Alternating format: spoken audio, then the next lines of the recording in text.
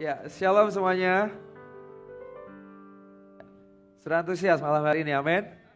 Senang sekali bisa ketemu dengan Anda semua di tempat ini, ya. Dan sebentar lagi kita akan mengakhiri tahun 2020. Bersyukur dengan semua yang Tuhan taruh dan bangun di dalam kehidupan kita sepanjang tahun 2019, gitu ya. Minggu lalu saya ke Palu, Bapak Ibu Saudara. Minggu lalu ke Palu untuk report ya, untuk beberapa minggu yang sedang terjadi hari-hari ini. Minggu lalu saya ke Palu, kita Natalan bareng-bareng di sana dan bersyukur Palu waktu Natalan kemarin kurang lebih kehadiran sekitar 300-an orang ya. Dan beberapa gembala-gembala gereja lain hadir, ya ada yang bersukacita tapi sepertinya ada juga yang terganggu. Tetapi ya itulah pertumbuhan dengan semua proses yang terjadi gitu ya. Dan bersyukur sekali dan mereka cukup juga bingung kok bisa ya gereja ini tumbuh dengan begini rupa gitu ya. Gerejanya gak ada gembalanya, semuanya volunteer, gembalanya juga live streaming gitu ya.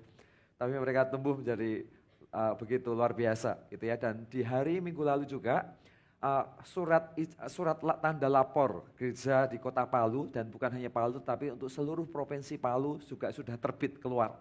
Jadi kita sudah bebas dan legal beroperasi di Sulawesi Tengah. Gitu ya, berikan tepuk tangan Tuhan kita. Bersyukur untuk semuanya. Terus kemudian apa ya? Kemudian nanti tanggal untuk tahun depan 2020, saudara nanti pada saat bulan Januari tanggal 12 antara tanggal 12, 13 dan 14 nanti Anda tunggu aja pengumumannya gitu ya. Kita akan membuat breakfast with God gitu ya. Breakfast with God bersama dengan Pastor Philip, satu sinode bareng-bareng untuk kita merayakan sekaligus menyerahkan hidup kita kembali untuk sepanjang tahun 2020. Juga nanti kita akan punya puasa raya di awal tahun, kurang lebih hanya seminggu aja yang kali ini gitu ya. Untuk kita mempersiapkan hati kita, mempersiapkan hidup kita. Puasa itu membawa tuntunan Tuhan, bukan hanya untuk satu minggu itu, tetapi juga untuk sepanjang tahun 2020 gitu ya. Saya harap Anda bisa join sama-sama, kita bertumbuh bersama-sama, ambil bagian dan ambil momentum bersama-sama. Kalau nggak tahu apa itu Breakfast with God, ya minggu depan Anda dengarkan pengumumannya pasti kita tahu gitu ya. Yang sudah tahu gak usah kasih tahu, biarin aja gak apa-apa supaya minggu depan datang gitu ya. Kemudian yang berikutnya tahun depan, saudara, tahun depan kita sedang mengonsep sebuah konsep pemuritan yang terbaik di dalam sepanjang sejarah kita, amin. Sebuah konsep pemuritan yang terbaik sepanjang sejarah Gereja Mawar Sharon gitu ya. Jadi ya bagi saya, bagi kami gitu ya.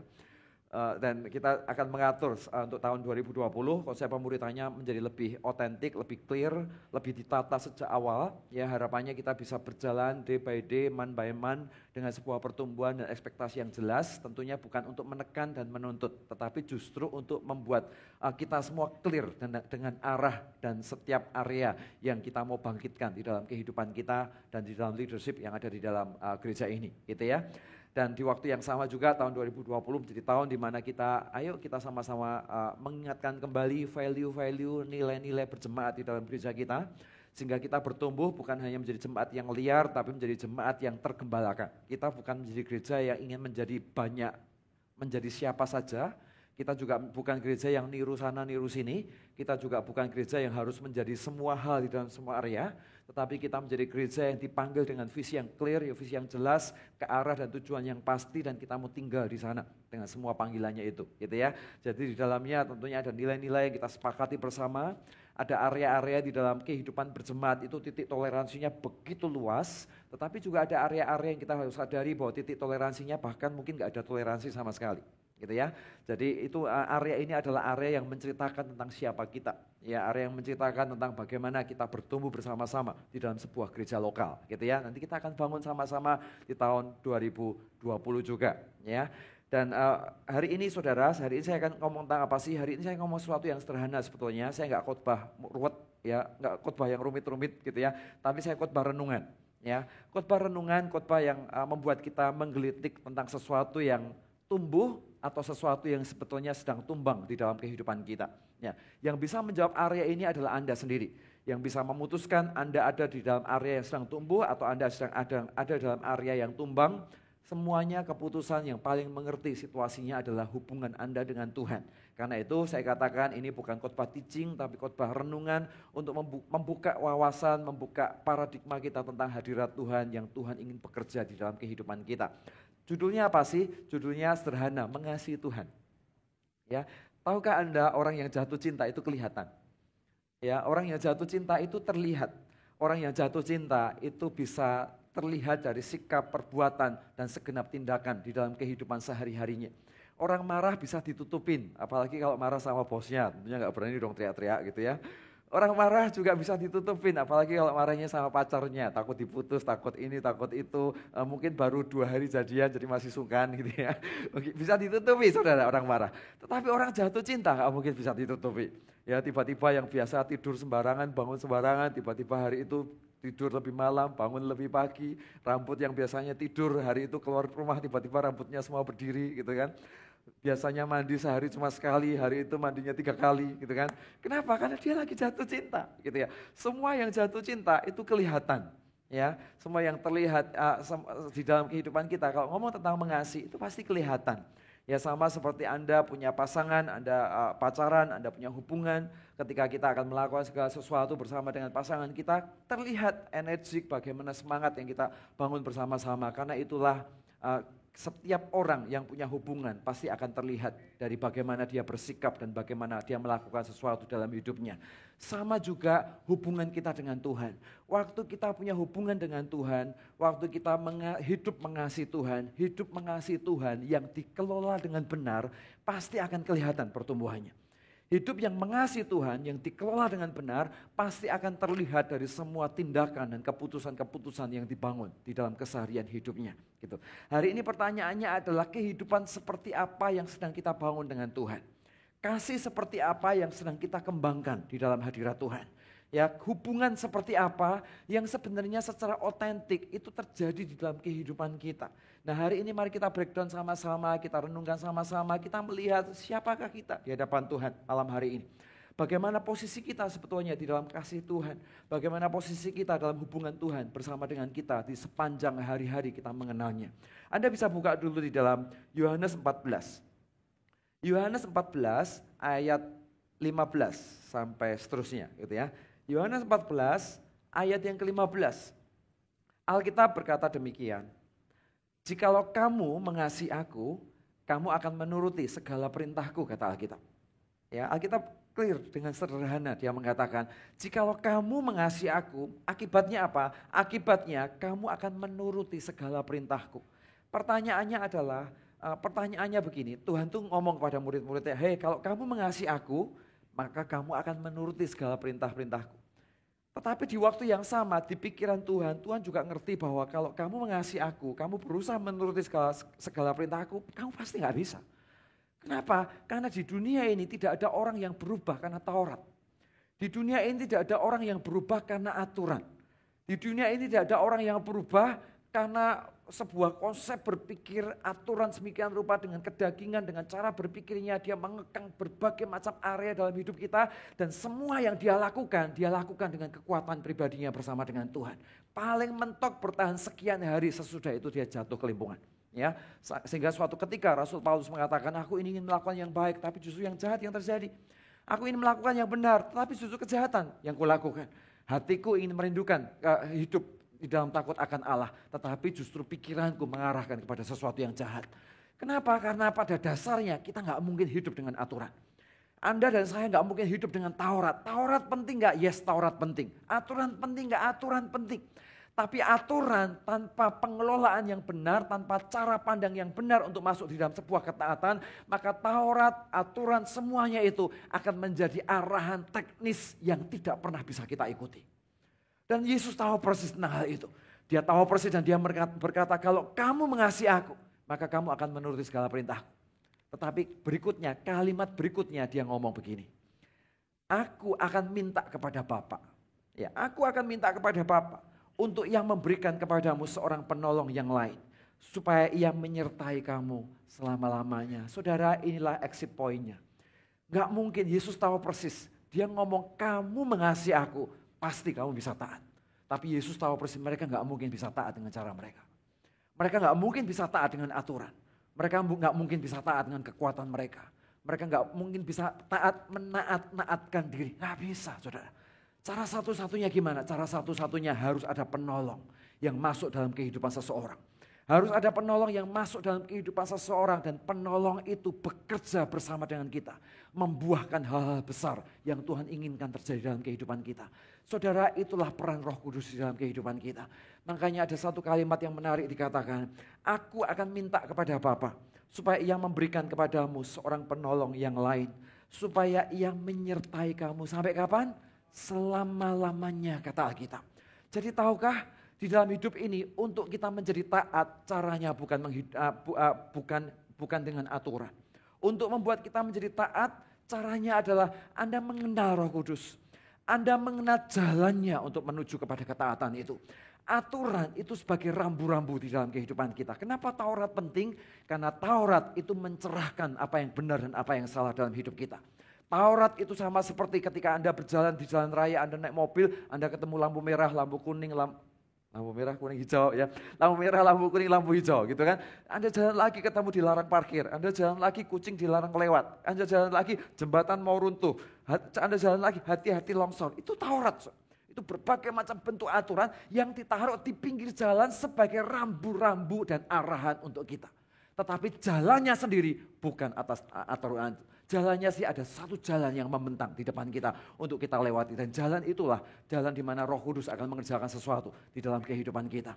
Nah hari ini saudara, kalau Anda mau mencintai Tuhan, kalau kita mau hidup bagi Tuhan, kita mau sungguh-sungguh mengenal Dia secara pribadi dalam hidup kita. Pertanyaan besarnya adalah bukan tentang seberapa besar Anda berusaha menjalankan Taurat lebih dahulu. Bukan tentang seberapa besar Anda menjalankan semua rambu-rambu dengan kekuatanmu lebih dahulu. Tetapi bagaimana kalau kita masuk seberapa besar Anda menghargai pribadi Roh Kudus lebih dahulu dalam hidup kita. Dari pengenalan akan Roh Kudus, dari pengenalan pribadi akan Roh Kudus, dari sanalah muncul kerelaan untuk menghidupi setiap Taurat. Dari pengenalanmu akan Roh Kudus, di sanalah muncul kerelaan untuk menghargai setiap rambu-rambu yang Tuhan sudah tetapkan di depan kita. Dari sanalah, dari hubungan pribadi kita dengan Tuhan, dari titik itulah kita akan melihat buah-buah kehidupan kita menjadi berbuah dan bisa untuk kita nikmati bersama-sama dengan Tuhan di dalam sepanjang kehidupan kita. Pertanyaannya sederhana Bapak Ibu Saudara, pertanyaannya adalah apakah kita punya hubungan yang clear dengan satu pribadi ini? Ya setelah Yesus naik ke surga dan Dia berkata kalau kamu mengasihi aku, maka kamu akan tak menuruti perintahku. Caranya gimana? Caranya adalah Yesus kasih penolong. Ya, penolong yang ditinggal di bumi untuk bersekutu dengan kita selama-lamanya. Masalahnya adalah ketika Yesus taruh penolong itu di atas muka bumi dengan tujuan supaya kita lahir menjadi orang-orang yang bisa mengasihi Dia dan taat dengan aturan main kerajaan surga. Apakah kita memperlakukan penolong ini dengan cara yang benar?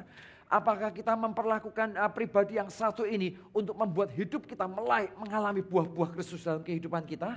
Atau kita berusaha taat, tapi di waktu yang sama Anda tidak pernah peduli dengan satu pribadi yang seharusnya tinggal memiliki kursi utama di dalam kehidupan kita. That's the problem. Ya, dan disitulah akhirnya muncul orang-orang Kristen yang hidup dengan program. Muncul orang-orang Kristen yang aktif bergereja tapi nggak pernah menghidupi kebenaran. Muncul orang-orang Kristen yang aktif luar biasa tapi pada satu sisi kehidupan yang berbeda dia punya integriti yang dipertanyakan. Sudah problemnya di mana? Problemnya adalah satu sisi dia tahu yang benar, satu sisi dia menginginkan yang benar, satu sisi dia mau hidupi kebenaran, tapi di lain sisi dia kehilangan hubungan pribadinya dengan Roh Kudus. Dia kehilangan hubungan pribadinya yang satu pribadi yang seharusnya menempati kursi utama di dalam hatinya. Lewat satu pribadi inilah, maka buah-buah integritas akan muncul dalam hidup kita. Buah-buah kerelaan untuk pertumbuhan akan muncul dalam kehidupan kita. Buah-buah untuk menjalani setiap aturan main kerajaan surga akan muncul dari dalam hidup kita. Hari ini saya berdoa Bapak Ibu Saudara semua yang ada di tempat ini.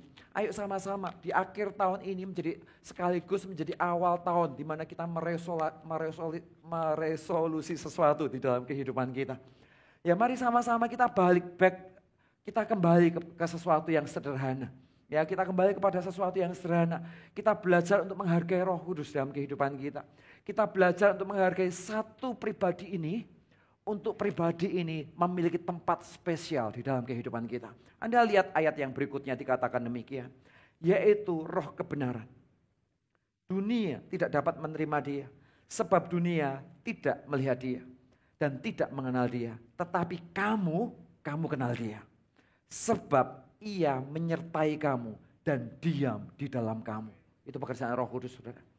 Ya, dunia gak kenal dia, tapi kita kenal dia. Dan dia tinggal di dalam kita seharusnya. Ya. Ayat berikutnya. Aku tidak akan meninggalkan kamu sebagai yatim piatu. Aku datang kembali kepadamu. Tinggal sesaat lagi dunia tidak akan melihat aku lagi. Tetapi kamu melihat aku. Sebab aku hidup dan kamu pun akan hidup. Pada waktu itulah kamu akan tiba. Kamu akan tahu bahwa aku di dalam Bapa-Ku. Dan kamu di dalam aku. Dan aku di dalam kamu, kata Alkitab. Saudara, sangat menarik sekali. Ya, jadi ada satu angle di dalam hidup ini yang sebetulnya sangat sederhana. Ya, sangat sederhana, sangat mendarat sekali. Begitu satu area ini kita respect dan kita memperdulikan pribadi itu, maka semua area yang lain akan diubah oleh Tuhan. Ya, ada satu area ini area yang sederhana. Dia adalah pribadi Roh Kudus yang ditinggal buat kita, yang bersekutu, dipanggil bersekutu dengan kita. Kita dipanggil untuk mengasihinya, kita dipanggil untuk hidup bersama-sama dengan dia. Kita dipanggil untuk meletakkan satu pribadi ini di kursi utama di dalam hidup dan hati kita. Dan dari satu keputusan itu saja, semua berbuah di dalam hidup kita. Semuanya berbuah. Tiba-tiba ketaatan itu lahir dalam hidup kita. Tiba-tiba integritas menjadi sesuatu yang strong yang kau pertahankan. Tiba-tiba kompromimu kita rela untuk melepas. Tiba-tiba kasihmu membara bersama dengan Tuhan. Kenapa? Karena satu pribadi ini dengan sengaja kita kelola, kita hargai, kita bangun secara hubungan. Karena ini bukan tentang kuasa, bukan tentang berkat, tetapi tentang pribadi Kristus yang mencintai dan rindu punya hubungan dengan kita. Saudara, disinilah relationship dimulai bersama dengan Tuhan. Hari ini saya berdoa benar-benar untuk setiap kita semua. Kalau kita ngomong tentang mengasihi Tuhan, kalau kita ngomong tentang segala sesuatu yang berkaitan untuk kemuliaan nama Tuhan, memulainya bukan dari program, memulainya bukan dari aktivitas agama, memulainya bukan dari berbagai macam poin tentang pertumbuhan lebih dahulu. Ya, saya tidak mengatakan bahwa itu buruk, semuanya itu baik dan itu dibutuhkan sebagai the next level kita. Tetapi di atas, di bawah semuanya ini ada satu fondasi yang sederhana sekali. Tapi kalau fondasi ini dihidupkan, maka semua yang dibangun di atasnya akan hidup. Yaitu persekutuan kita dengan Roh Kudus. Persekutuan kita dengan satu pribadi ini. Pertanyaannya adalah apakah satu pribadi ini masih hidup dan masih hidup dan memiliki ruang terbaik di dalam kehidupan kita. Atau kita sekedar tahu dia ada, tapi kita nggak pernah pedulikan kita dalam hidup ini. Ya, tadi saya kasih ilustrasi, bayangin kalau ada 2-3 orang dalam sebuah rumah, yang satu usianya 20 tahun, yang satu 2 tahun, gitu ya. Ditanya mau liburan kemana? Oh, gua mau ke Jepang, gitu ya. Yang satunya dia enggak, aku nggak suka jalan-jalan, aku sukanya baca buku, jadi kita ke hotel aja. Yang satunya yang umur 5 tahun, gua mau ke Plelen aja, gitu kan. Nggak ada yang dengar, yang ke Plelen semuanya. Wah, pembicaraannya ke Jepang atau ke hotel, yang di sini teriak-teriak mau ke Plelen, nggak ada yang dengerin dia. Gitu ya, pernah ya ketemu gitu, anak terakhir biasanya ngalamin gitu kan. Semua kakak-kakak berpendapat, kita sudah teriak-teriak, nggak ada yang nganggep gitu. Kira-kira situasinya kurang lebih begitu loh kadang-kadang dalam hidup ini. Kenapa? Karena segala sesuatu yang di sekeliling kita itu kelihatan. Ya, pendapat yang ada di sekelilingmu, argumennya bisa debatable. Ya, kebenaran-kebenaran yang ada di sekeliling Anda, argumennya bisa di-compare dengan banyak argumen yang lain. Ya, situasi yang ada di sekeliling Anda semuanya kadang-kadang bisa diputuskan dengan hitungan matematika kita. Tetapi satu pribadi ini nggak kelihatan. Tetapi begitu Anda menjangkaunya dengan iman dan punya hubungan dengan dia, maka semua hidup kita akan berubah di tangannya. Pertanyaannya adalah apakah kita punya prioritas dengan satu pribadi ini? Yang menumbuhkan integritasmu, yang menumbuhkan buah-buah pertumbuhan hidup Anda, yang menumbuhkan segala yang baik di dalam kehidupan kita, yang membuat kita menjadi orang-orang yang rela dengan semua aturan yang Tuhan berikan, melakukannya bukan dengan tuntutan, tapi mereka melakukannya dengan kasih Kristus yang tumbuh di dalam kehidupan kita. Begitu hubungan ini terjadi, maka semua yang lain akan bangkit di dalam hidup kita. Katakan amin. Nah, hari ini saya ingin mengajak kita semua, ayo kita tumbuhkan area ini dengan sengaja Bapak Ibu. Sudah tahu kenapa? Karena area ini adalah area satu-satunya yang membuat Anda berani melangkah ke tempat yang Tuhan inginkan.